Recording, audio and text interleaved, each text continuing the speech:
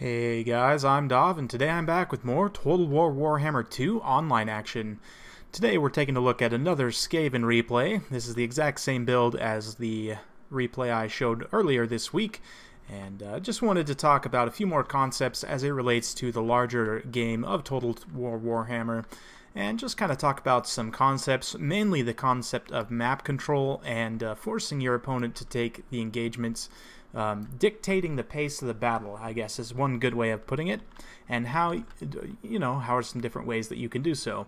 So first, let's take a look at the army compositions. For those of you who didn't see the other video, the force is led by a warlord on a bonebreaker. We've got 2 units of rat ogres to back him up, 2 poison wind globadiers. We've got 4 Skaven slave spears, 2 here in the rear line for support, and 1 way out on each wing. We've also got 3 Skaven slave spears up front, backed up by a mix of plague monks and death runners. The death runners, of course, having the weeping blade to sunder armor, which then makes the plague monks trade much more effectively. So we also have a plague priest with just wither. He's got, of course, contaminate and armor-piercing melee attacks, as well as carrying plague rash, which goes off every time he casts a spell, and wither. And that's pretty much it. We've also got 2 units of gutter runners with poison out here. So my opponent's build, he's brought a pretty small dino heavy army, and I see a lot of Lisman players doing this, and there's definitely merit to it. He's got Kroq-gar on Grimlock. He's got a laser lizard, a skink priest lore of heavens on a Bastillodon, and it looks like he's brought harmonic convergence, curse the midnight wind, and chain lightning. So interesting stuff. We'll go over that spell selection in just a minute in more detail. We've got Saurus Warriors with shields, a Feral Stegodon with double silver chevrons, which is quite a cost investment. We've got Chameleon Skinks here, 1 unit of Fire Leech Bolas, 2 more, looks like actually 3 more units of Saurus with spears and shields.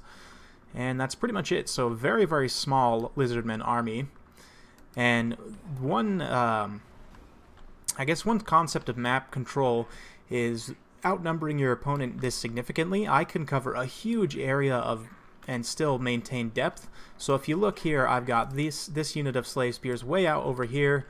I've got these 2 units of gutter runners way out over here. I'm covering this huge area of the map here, and yet I've still got, 2 to 3 layers of unit density in terms of depth in my formation. So what this allows me to do is occupy a very large space in the map. I also have a lot more units than my opponent, so I can very much kind of force the engagement in a way I want to. Another way of dictating the pace of the battle is by using artillery. Now my opponent does have the tools to win an artillery engagement, which is why you kind of see me jockeying for position, but I notice that my opponent's not firing on my artillery piece. This is something that most players don't realize, or at least that I see a lot of players not realize. Both the Bastillodon and the Laser Lizard can indeed win a straight-up artillery duel between a Warp Lightning Cannon and it, just because the Warp Lightning Cannons are so large, the unit models get destroyed very easily. They're pretty large targets, so if you can use the Laser Lizard or even this Skink Priest, if both of them especially were to focus fire on this Warp Lightning Cannon, they'd be able to take it out, and that's going to force me to come forward, and then they would gain the advantage of kind of dictating the pace of the battle. As it is, I'm going to be able to very much force my opponent forward, so let's go ahead and see what happens. You can see I've got these Skaven Slave Spears. Honestly, I don't care if these guys get munched on by Kroq-gar or even the Fire Leech Bolas. I don't mind that at all. They're dirt cheap units, so they're mostly there to just do some scouting and, soak any damage potentially. We've brought the forces forward slightly because my opponent doesn't have too much mobility. He does have these Fire Leech Bolas that could potentially come back and get on this Warp Lightning Cannon, but, I've got Rat Ogres nearby who are fairly fast in themselves, could be able to get on station. You can see I'm sending this unit of Skaven slaves over just to tie down this entire force here to be able to force a piecemeal engagement. I notice my opponent's advancing here through the woods, so if I can delay this side of the battle, then, I'll be able to get a very favorable engagement where I outnumber my opponent significantly. And you can see another unit of Saurus Spears being led off on a goose chase by these gutter runners with poison. They're on skirmish, and with the snare nets and the poison, these Saurus with spears are going to have a really hard time catching them, and they're just going to be pretty much kited around very easily. So again, because of the greater numbers here, I'm able to force the engagements that I want. You can see my opponent coming forward with the Pterodon Riders here. He has just strayed straight into the range of these Poison Wind Globadiers, which is a huge mistake. They're going to take a ton of damage. He's just got tunnel vision focus firing on these Rat Ogres here, which, I mean, he will be able to do some damage there, but he does not want to stand here and take this fire. You can see, like I said, this unit of Skaven Slaves immediately getting terrified off, but he was able to delay this force here somewhat. So now I'm getting a piecemeal engagement where this Feral Stegodon has come through, ran into my meat shields. Meanwhile, these Poison Globadiers are pretty much firing freely from the second line here, going to be doing some really nice damage. You can see the Warp Lightning Cannon also firing on the Skink Chief and just perpetually doing damage to him. You can see he's almost half HP already. Kroq-gar's going to come in now, and you can see the piecemeal engagement about to come down here. My opponent did a good job of delaying, though, with the Saurus at least. This Feral Stegodon, though, came in way too early. But we are going to get an infantry engagement underway here, and Kroq-gar is going to get back into the rear lines. But again, my opponent's got tunnel vision, but he's targeting the wrong thing here. He needs to be getting on these Globadiers. Right now, that's the biggest threat to his Dino-heavy force. But he's just force pathing going after this Warp Lightning Cannon. This is a pretty big mistake because he's getting this huge separation from any reinforcements. You can see this Stegodon that came, or yeah, the Feral Stegodon that came through too early, being routed off by the Poison Wind Globadiers. Meanwhile, we're going to get another piecemeal Dino coming in here, and I have the infantry power to just hold up the Saurus. Up against Plague Monks and you know, Death Runners, Saurus Warriors aren't going to do too well. These Saurus Warriors who are fighting against the Plague Monks here do indeed have an Overcast Wither, so they're down to 0 armor, which means the Plague Monks are going to be making really solid contact. Meanwhile, Kroq-gar's managed to get himself isolated back here and is being surrounded by Rat Ogres and the Bonebreaker, and he's also got all these Skaven Slave Spears in here. So Kroq-gar's definitely in for a rough time. He did manage to destroy one of the unit models and temporarily rout off the crew, but he's managed to get himself well isolated, and already I'm very much ahead on the balance of power. These Saurus are enraged here. The Skink Priest just took a nasty volley. He's getting focus fired by both of these units of Poison Wind Globadiers, and like I always say, when you're playing up against the Skaven, you've got to respect those Poison Wind Globadiers. They can do a ton of burst damage, so the Skaven Priest may not even survive. He looks like he actually shatters there. So the Saurus with Spears they're getting a lot of kills, but this is the other issue with me having way more units than him, is that I can just continuously throw in these Skaven Slaves and just bog him down, and the infantry is not going to be able to get through onto these Poison Wind Globadiers.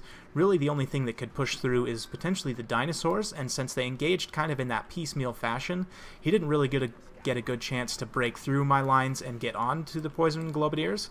I mean, Kroq-gar definitely had an opportunity there, but he got tunnel vision a little bit on that Warp Lightning Cannon. So hope you guys enjoyed that little bit of discussion of map control. Well played to my opponent. I think he's a little bit of a new player, but just in terms of, again, just being so severely outnumbered. I mean, I mean, just in terms of units, not even in terms of unit models, I outnumbered him 2 to 1. So I mean, he's got 10 units here. I've got a full stack of 20. So I can very much, when I outnumber an opponent that significantly, I can dictate the pace of the battle, only really take the engagements that I want, and you know, it makes it really tough for your opponent to be able to get onto your high value targets.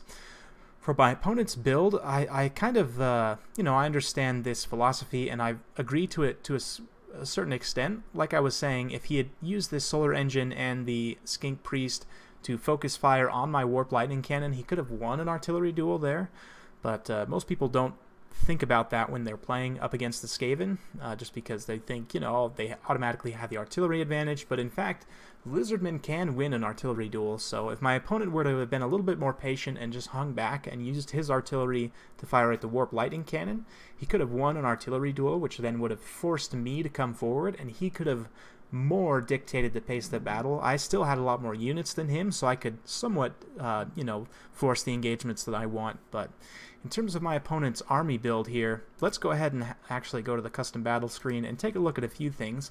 I definitely understand and agree with a lot of his picks, but there are a few things that I would recommend changing. So let's go here and have a look at the Lizardmen. So if we get Kroq-gar here up on Grimlock, I'm not sure if he had Hand of the Gods, but let's say, just for argument's sake, he did have Hand of the Gods. Personally, the Lore of Heavens can be very good. My opponent's spell selection was a little bit odd. You don't need Roiling Skies because there's no flying units for the Skaven. Harmonic Convergence can be good. Wind Blast is really good against the Skaven because it clears out large numbers of low armor units. It can potentially. Curse of the Midnight Wind is not one that I would particularly recommend here, just because Skaven are generally low armor, so you don't really need armor sundering. Uranen's Thunderbolt is a nice cheap bombardment. Comet of Cassandora can do a lot of damage to a tight pocket, but it's not really good at AoE. I actually, against the Skaven, prefers the Lore of Beasts. If you get him, bring him on the Stegadon. The lore attribute is relevant here, so we're going to keep that, and then I'm going to cut almost all these spells here except for Flock of Doom, which is very good against, you know, high model count units, which is Skaven, of course, you expect to bring a lot of, and, you know, can do lots of damage to big blobs of troops, so definitely a good pick in this matchup. And Wyson's Wild Form can give armor to a unit in the front line and additional weapon damage. You could maybe cut this as well, and sometimes I'll bring Pan's Impenetrable Pelt, which gives speed and physical resistance. Very nice for if you're trying to escape with a dino, or, you know, a unit of skinks, or so on. So it can potentially be useful.